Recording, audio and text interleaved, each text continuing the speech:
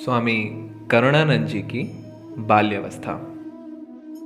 शिवानंद जब घर में ध्यान करने लगे तो कुछ ध्यान भगवत संबंधी अनुभव होने के पश्चात मन के भाव ही बदलने लगे। दुखियों पर दया, दुखियों का दुख देखकर उनके दुख के निवारण के लिए बहुत परिश्रम करते थे। प्रथम चिकित्सालय जाना, फिर गरीब के द्वार जाकर उसकी सेवा व गरीबों को अन्न व्यवस्था इत्यादि, यही दिनचर्या रहती थी। कुछ समय बाद ऐसी व्याहिक क्रियाओं को निस्सार समझकर भगवान को अंदर निरख कर भलाई, फिर ध्यानस्थ होकर असाध्य रोगी और दुखियों को विभूति देने आदि कार्य बड़े आनंद से करने लगे। बड़े बड़े रोगी ठीक होने लगे। उस समय दूर दूर से रोगी और दुखियों की भीड़ घर में बढ़ने लगी थी, लेकिन किसी से इसका प्रतिफल नहीं लेते थे।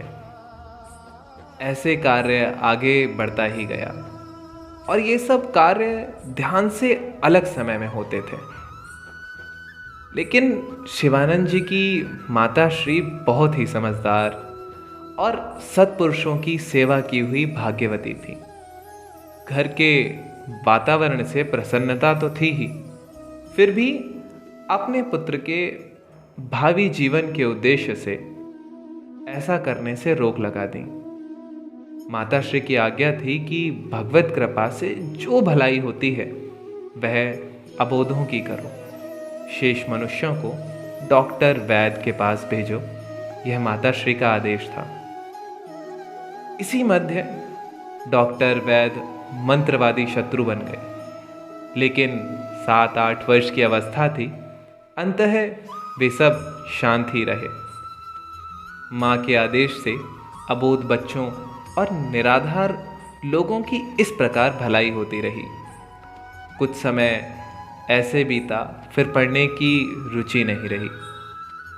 ध्यान करना, स्तोत्र लिखना, स्वयं पढ़ना, इन्हीं सब में रुचि रही। घर की स्थिति गिरी होने के कारण, क्योंकि कोई कमाने वाला नहीं था, 2 भाइयों में से एक मुंबई और दूसरे सिंगापुर चले गए।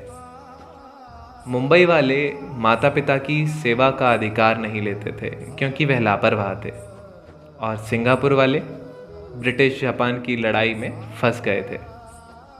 माता पिता श्रेष्ठ खानदान के होने के कारण अपनी कुल परंपरा को ध्यान में रखकर मजदूरी करने में असमर्थ थे। साथ ही शिवानंद की 5 बहनें और थीं। वह भी देशाचार के कारण घर के बाहर काम नहीं कर सकती थीं। ऐसी परिस्थिति में 8-9 सदस्यों का भार शिवानंद के ऊपर आ गया और कोई कमाने वाला नहीं था। इस कमी के कारण भगवान से प्रार्थना करना उचित नहीं समझा, क्योंकि भगवत कृपा दूसरों की भलाई के लिए है, स्वयं के लिए नहीं। ऐसा सोचकर ध्यान के अतिरिक्त समय पर धन कमाते थे। छोटे छोटे कार्य बुद्धि से बढ़ाना प्रारंभ किया। शिवानंद का कद छोटा था। कैंची की साइकिल चलाकर अखबार का काम करने लगे। जाते समय अखबार पूरे पैसे में देते थे और लौटते समय जो लोग पढ़ लेते थे उनसे पुनः आधी कीमत में खरीद लेते थे। इस प्रकार कमाई करके माताश्री को नित्य प्रति 1 रुपया देते, और कुछ समय बाद शिवानंद की मनोभावना ऐसी हो गई और सोचने लगे कि इस प्रकार तो जीवन बीत जाएगा। तब शिवानंद ने एक स्टेशनरी की दुकान खोली। दुकान में सब सामान था। ध्यान के समय यदि कोई आता या लिखने के समय कोई आता तो वह स्वयं पैसा रखकर सामान ले जाता था, क्योंकि गांव के सभी लोग जानते थे और श्रीमद् भगवत गीता का अध्ययन करने लगे।